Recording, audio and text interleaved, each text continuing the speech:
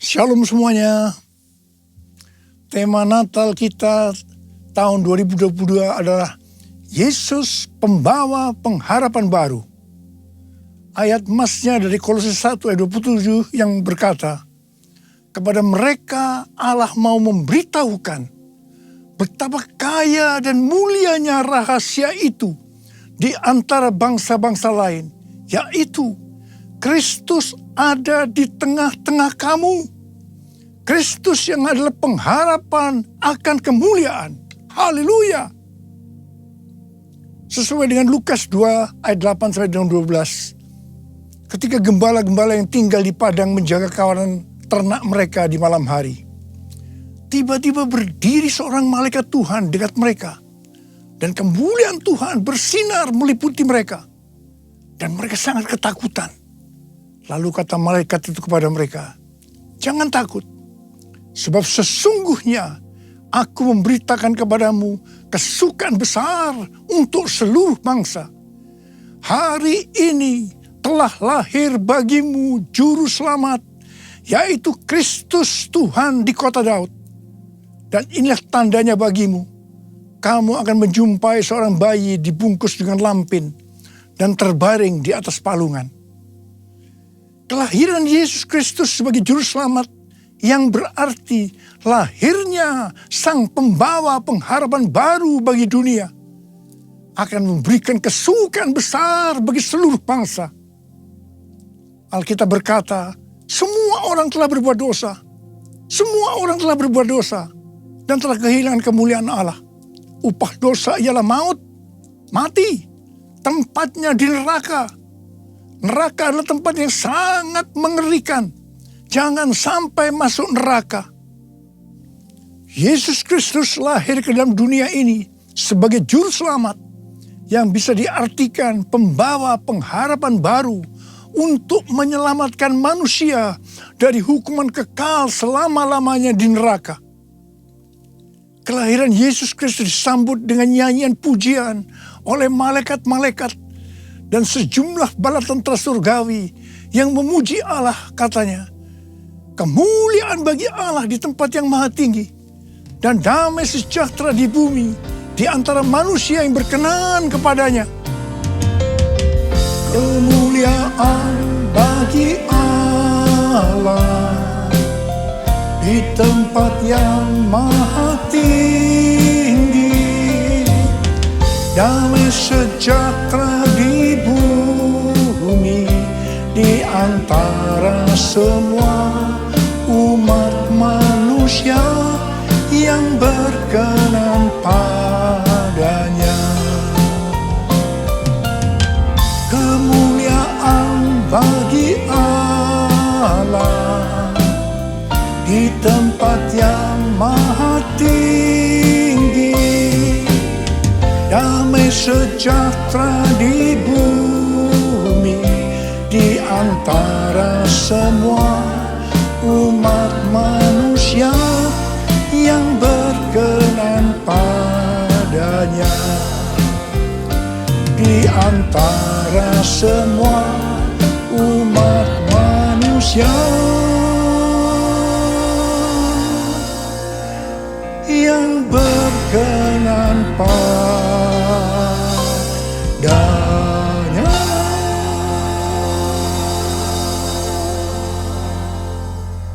Tema Natal yang Tuhan berikan ini, yaitu Yesus pembawa pengharapan baru, sangat tepat untuk mempersiapkan kita memasuki tahun 2023. Di mana pandemi COVID masih belum berakhir. Perang Rusia-Ukraina yang masih berkelanjutan.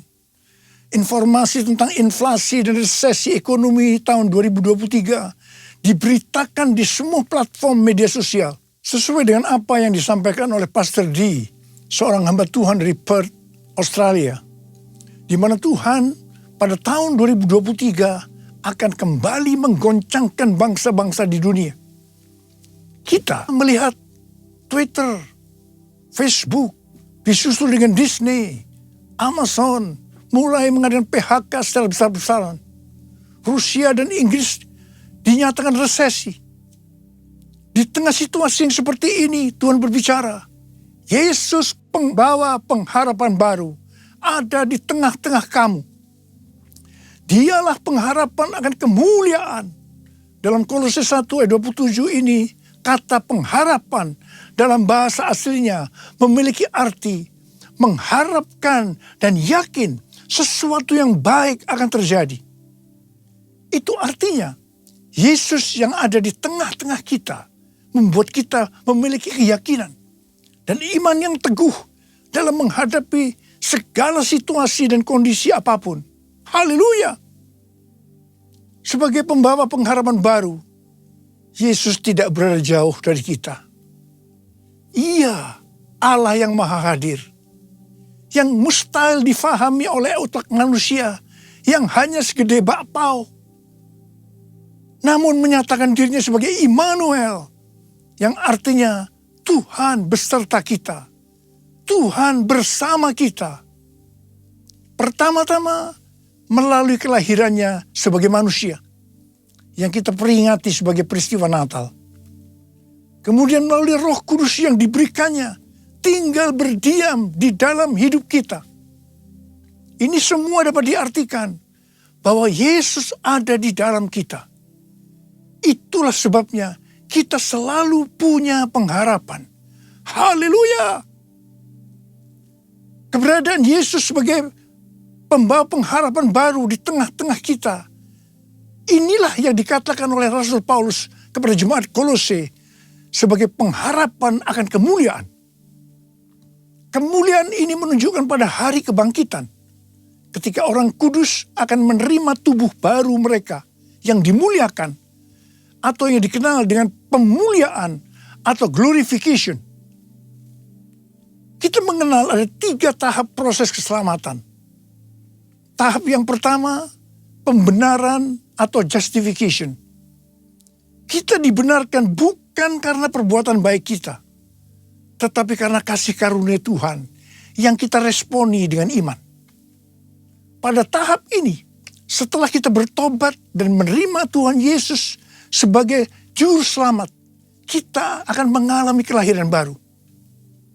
Kelahiran baru adalah proses awal perjalanan rohani kita bersama Tuhan Yesus.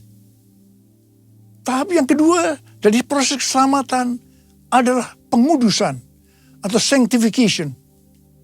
Dalam proses ini, kita dikuduskan secara terus-menerus melalui Roh Kudus dan firman Allah. Dalam proses ini, kita bisa saja jatuh atau mengalami kegagalan. Tetapi yang penting, kita jangan berhenti. Tetapi harus bangkit dan terus maju. Pertobatan adalah kunci untuk kita bisa terus maju. Goal dari proses pengudusan ini adalah menjadikan kita menjadi serupa dengan gambarnya. Roma 8 ayat 29 berkata, sebab semua orang yang dipilihnya dari semula, mereka juga ditentukannya dari semula untuk menjadi serupa dengan gambaran anaknya. Supaya ia, anaknya itu, menjadi yang sulung di antara banyak saudara. Ini berarti goal kita sebagai orang Kristen adalah menjadi serupa dengan gambarnya. Untuk menjadi serupa dengan gambarnya, sesuai dengan 1 Yohanes 2 ayat 6 yang berkata, barang siapa mengatakan bahwa ia ada di dalam dia, ia wajib hidup sama seperti Kristus telah hidup.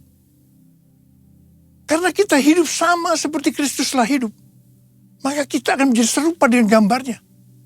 Menjadi serupa dengan gambarnya artinya menjadi murid Tuhan Yesus. Tahap ketiga dari proses keselamatan, mereka yang menjadi serupa dengan gambarnya.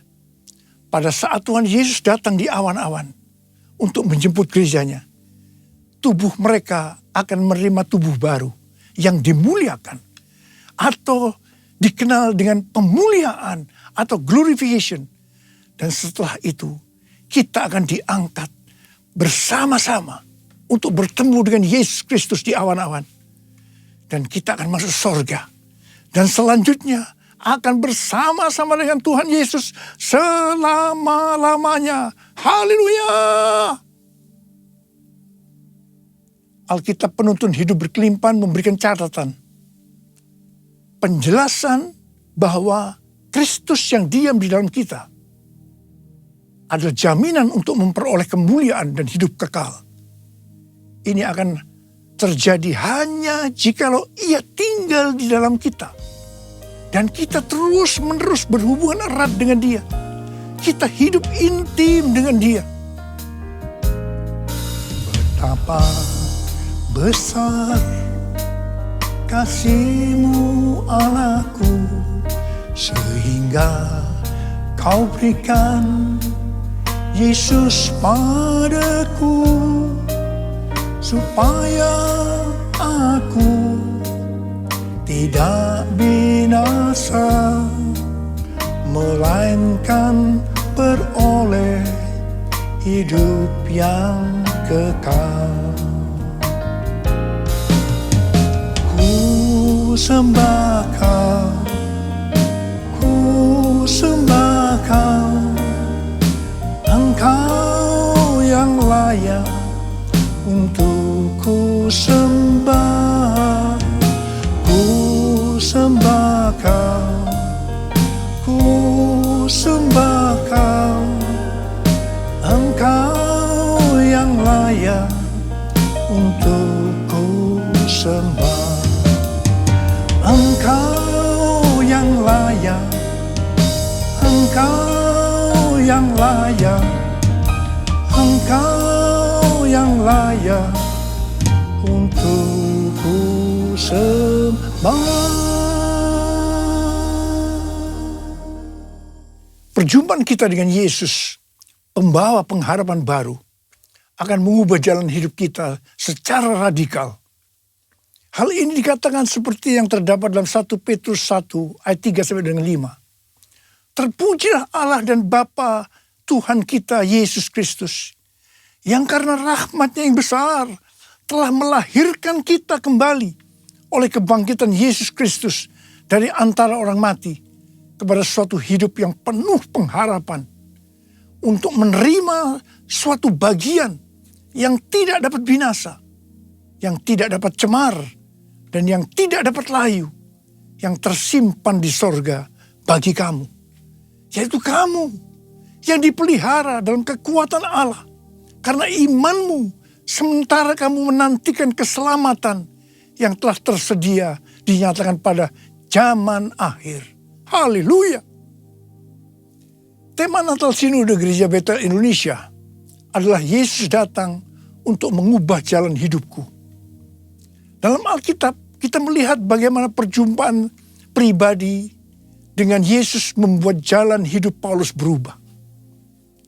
Pada waktu Paulus dalam perjalanan menuju Damsyik, dengan semangat yang menyala-nyala untuk mengancam dan membunuh murid-murid Tuhan, untuk menangkapi mereka dan membawanya ke Yerusalem, di sana justru jalan hidupnya berubah secara radikal.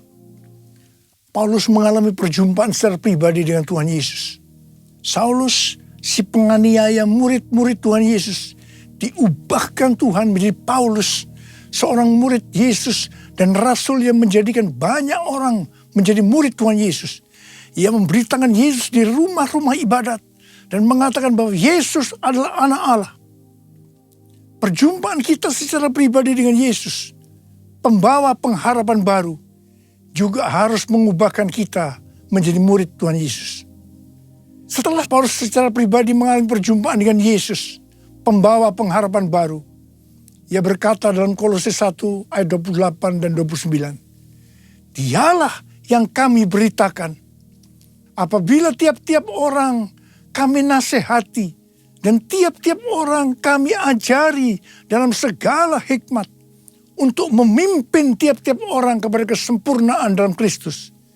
Itulah yang kuusahakan dan kupergumulkan dengan segala tenaga, sesuai dengan kuasanya yang bekerja dengan kuat di dalam aku.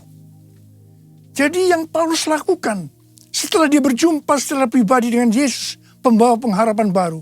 Yang pertama, Paulus senantiasa memberitakan Kristus dengan segala tenaga. Tenaga yang dimaksudkan bukan dengan kekuatan sendiri, melainkan dengan kekuatan Roh Kudus yang bekerja dengan kuat dalam dirinya. Hal yang kedua, apa yang Paulus lakukan ini, dia kerjakan bukan untuk mencari keuntungan bagi dirinya sendiri, melainkan bagi kepentingan jemaat, agar mereka semua dapat bertumbuh secara rohani, serta memimpin mereka kepada kesempurnaan dalam Kristus. Ini adalah semangat untuk memberitakan Injil, semangat untuk memuridkan jemaat. Ini adalah semangat untuk menuntaskan amanat agung. Saya mengajak kita semua untuk mengalami perjumpaan secara pribadi dengan Tuhan Yesus, Sang Pembawa pengharapan baru. Saya percaya kita akan melakukan seperti apa yang dilakukan oleh Rasul Paulus. Sesuai dengan 2 Timotius 3 ayat 1 yang berkata, ketahuilah bahwa pada hari-hari terakhir akan datang masa yang sukar. Maka di tengah-tengah situasi dan kondisi yang tidak menentu ini, di mana prediksi kondisi perekonomian tidak semakin bertambah baik, resesi ekonomi di depan mata, dan berita-berita terkait inflasi membuat kita ketakutan dan kepanikan. Ingatlah, Yesus memberikan pengharapan yang baru bagi kita. Katakan amin. Mungkin juga ada di antara kita yang bertanya-tanya, mengapa masalah-masalah datang silih berganti, seperti tidak habis-habisnya, terutama di tengah-tengah pandemi ini. Dalam hal ini Rasul Paulus menjawab dalam Roma 5 ayat 3 sampai dengan 5 yang berkata, dan bukan hanya itu saja, kita malah bermegah juga dalam kesengsaraan kita. Karena kita tahu bahwa kesengsaraan itu menimbulkan ketekunan. Dan ketekunan menimbulkan tahan uji. Dan tahan uji menimbulkan pengharapan. Dan pengharapan tidak mengecewakan. Karena kasih Allah telah dicurahkan di dalam hati kita oleh Roh Kudus yang telah dikaruniakan kepada kita. Haleluya! Juga Roma 12 ayat 12 berkata, bersukacitalah dalam pengharapan, sabarlah dalam kesesakan, dan bertekunlah dalam doa. Di sini diingatkan bahwa dalam setiap tantangan, kesesakan, selalu ada pengharapan. Karena itu kita harus tetap bersukacita, harus sabar dan bertekun dalam doa. Mari, saya ajak saudara untuk memperkatakan Roma 8 ayat 28. 1, 2, 3. Kita tahu sekarang bahwa Allah turut bekerja dalam segala sesuatu, enak maupun tidak enak, untuk mendatangkan kebaikan bagi mereka yang mengasihi Dia, yaitu bagi mereka yang terpanggil sesuai dengan rencana Allah. Karena itu, kita harus bersukacita dalam pengharapan, karena pengharapan dalam Kristus tidak akan mengecewakan. Haleluya! Yesus datang membawa pengharapan. Yesus datang membawa kesembuhan. Kasih-Nya yang sanggup memulihkan semua yang percaya. Haleluya, haleluya, terpujilah Tuhan. Haleluya, haleluya, haleluya, amin. Haleluya, amin. Haleluya, amin. Tuhan Yesus dalam Markus 4 ayat 29 mengingatkan kita bahwa musim menuai sudah tiba. Musim menuai sudah tiba. Api Roh Kudus yang dahsyat dari Pentakosta ketiga sudah dicurahkan. Saya mengajak agar kita semua untuk percaya dan terus berharap kepada Tuhan. Tuhan sedang membersihkan gerejanya. Dosa-dosa yang tersembunyi sedang dibuka. Tuhan mau gereja Tuhan menjadi kudus Sehingga kebangunan rohani dan penuaian jiwa yang terbesar dan yang terakhir terjadi. Kedatangan Tuhan Yesus untuk kedua kalinya sudah sangat-sangat dekat. Waktunya sudah sangat-sangat singkat. Salah satu tanda kedatangan Tuhan Yesus adalah kalau amanat agung selesai. Tuhan mengingatkan bahwa tugas utama kita adalah menyelesaikan amanat agung. Kita harus memuridkan. Perlu diingat bahwa yang bisa memuridkan adalah murid. Karena itu kita semua harus menjadi murid Tuhan Yesus. Sesuai dengan 1 Yohanes 2 ayat 6. Bahwa murid Tuhan Yesus adalah mereka yang hidupnya sama seperti Kristus telah hidup. Karena hidup sama seperti Kristus telah hidup, maka kita akan menjadi serupa dengan gambarnya. Sekali lagi, saya ingatkan bahwa goal kita sebagai orang Kristen adalah menjadi serupa dengan gambarnya. Menjadi orang yang mempunyai sifat yang serupa dengan Kristus. 1 Korintus 13 ayat 13 berkata, demikianlah tinggal ketiga hal ini, yaitu iman, pengharapan, dan kasih. Dan yang paling besar di antaranya ialah kasih. Kasih di sini artinya mempunyai sifat serupa dengan Kristus. Kasih lebih besar dari iman dan pengharapan. Jadi yang paling besar dalam kerajaan Allah adalah mereka yang mempunyai sifat serupa dengan Kristus. Yaitu mereka yang hidup saleh dan mengasihi Tuhan. Bukan mereka yang besar dengan prestasi lahiriah. Untuk menjadi serupa dengan gambarnya, kita harus mempunyai iman yang kuat dan pengharapan yang kuat kepada Tuhan. Sekali lagi saya ingin mengingatkan kepada kita bahwa hanya mereka yang serupa dengan gambarnya, yaitu murid Tuhan Yesus saja yang akan masuk surga. Waktu kedatangan sudah semakin dekat. Mari kita semakin serius untuk mempersiapkan diri untuk menjadi murid, menjadi serupa dengan gambarnya. Sehingga pada saat dia datang di awan-awan, kita akan ikut dalam pengangkatan.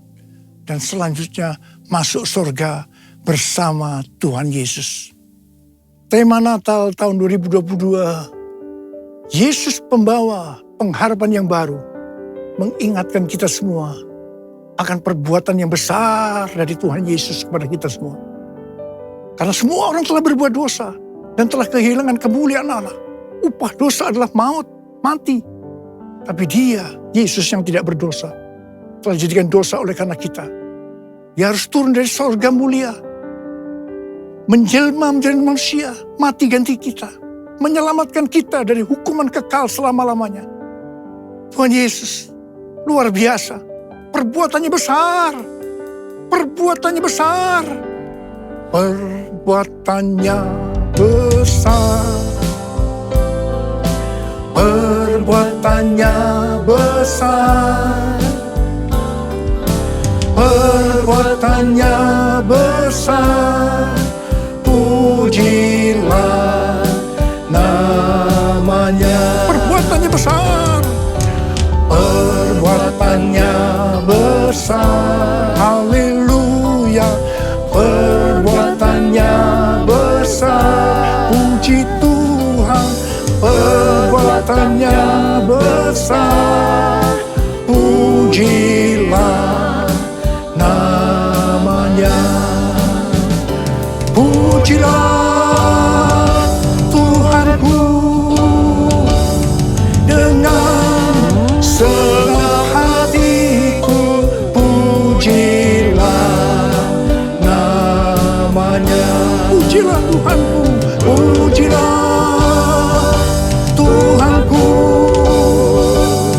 dengan segenap hatiku, pujilah namanya. Sembah Dia, sembah dan puji Dia, sembah dan puji Dia, sembah dan puji Dia, Sang Raja.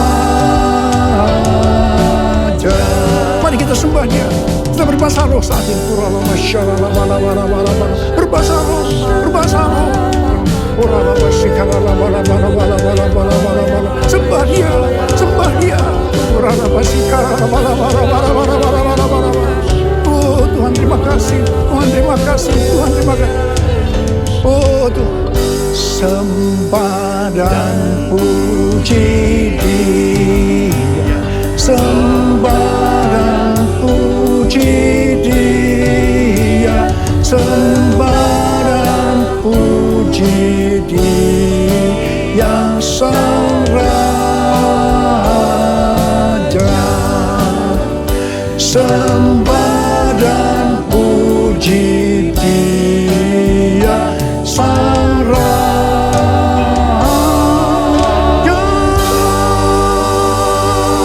Berikan tepuk tangan buat Tuhan, berikan tepuk tangan buat Tuhan. Bapa terima kasih, Bapa terima kasih. Berkati semua anak-anak-Mu, urapi mereka Tuhan.